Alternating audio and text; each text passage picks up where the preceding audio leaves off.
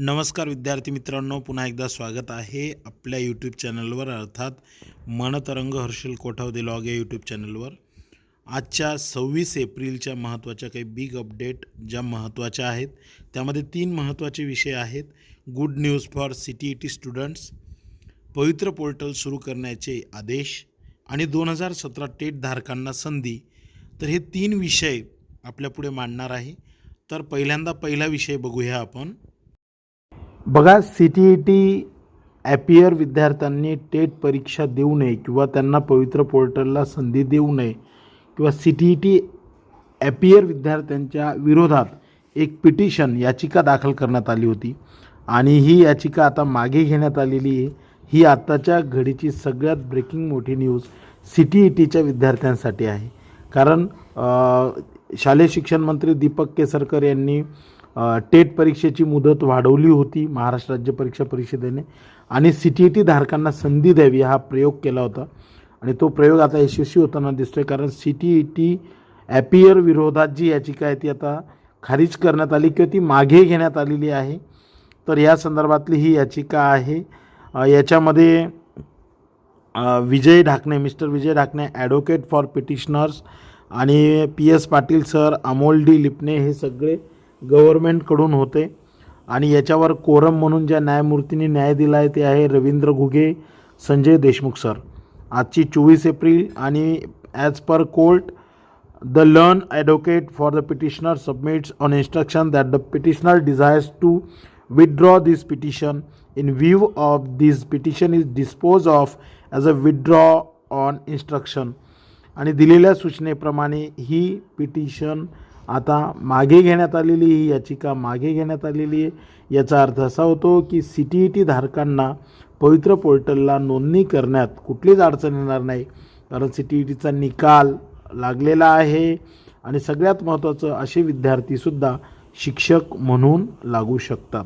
Okay, so हा एक महत्त्वाचा मुद्दा आहे. आता दुसरी जी नोटीस आहे किंवा दुसरा जो मुद्दा आहे आपल्या व्हिडिओमधला, तर हायकोर्टाने राज्य शासनाला काय आदेश दिले ते बघूया. त्यानंतर हायकोर्टाने राज्य शासनाला पवित्र पोर्टल तात्काळ सुरू करण्याचे आदेश दिले. त्याची एक पिटिशन जी आहे त्याचा निकाल असा आहे. Navnath Sakhare, the state of Maharashtra, petitioner mister Abhishek C Deshpande, advocate for the petitioner, mister VM Kangane, AGP for respondent और स्टेट. राज्य सरकारकडून यांनी केस लढवली.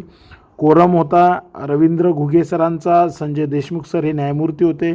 त्यांनीसुद्धा निकाल दिला आहे. The petitioner has put forth prayer clause C as under by issuing writ or any other appeal to the petitioner and to complete the process of recruitment of teachers and for that purpose issue necessary orders. Issue notice to be response returnable on 22nd June 2020. The Learn AGP waives service of notice behalf of respondent NOS 1 and 2. आता बाकीचा विषय सोडा. याच्यामध्ये असं म्हटलेलं आहे की तुम्ही लवकरात लवकर राज्य शासनाला आदेश दिले की लवकरात लवकर पवित्र पोर्टल सुरू करा आणि टेट धारकांना न्याय द्या आणि शिक्षक भरती तात्काळ करा. ही सुद्धा आजची गुड न्यूज आहे. आणि तिसरी महत्त्वाची गोष्ट म्हणजे 2017 टेट धारकांना पवित्र पोर्टलवर अपडेट करण्याची जी संधी 1 दिवस वाढून मिळाली होती आणि ती होती आजची तारीख, आणि तेही सायंकाळी 6 वाजेपर्यंत. तर आज दिनांक 26/4/2023 अखेर अर्ज करण्याचा शेवटचा दिनांक असेल. कोणत्याही परिस्थितीत मुदतवाढ दिली जाणार नाही. तर अशी एकंदरीत पवित्र पोर्टलच्या संदर्भातली अपडेट माहिती होती. आता विद्यार्थी मित्रांनो, 2017च्या टेटच्या विद्यार्थ्यांचं पवित्र पोर्टल रजिस्ट्रेशन जवळपास संपलेलं आहे. त्यांचे प्रेफरन्स देऊन झाले. लवकरच नवीन 2022मध्ये ज्यांनी टेट एक्झाम दिली त्यांच्यासाठी पवित्र पोर्टल रजिस्ट्रेशन सुरू होईल. त्या बाबतीतली सगळ्यात मोठी अपडेट असेल ती आपल्यापर्यंत पोहोचवण्याचा माझा प्रयत्न असणार आहे. हा छोटासा व्हिडिओ आवडला असेल तर लाईक करा, शेअर करा, कमेंट्स करा. डिस्क्रिप्शनमध्ये टेलिग्रामची लिंक आहे त्यावर क्लिक करा. धन्यवाद. थँक्यू.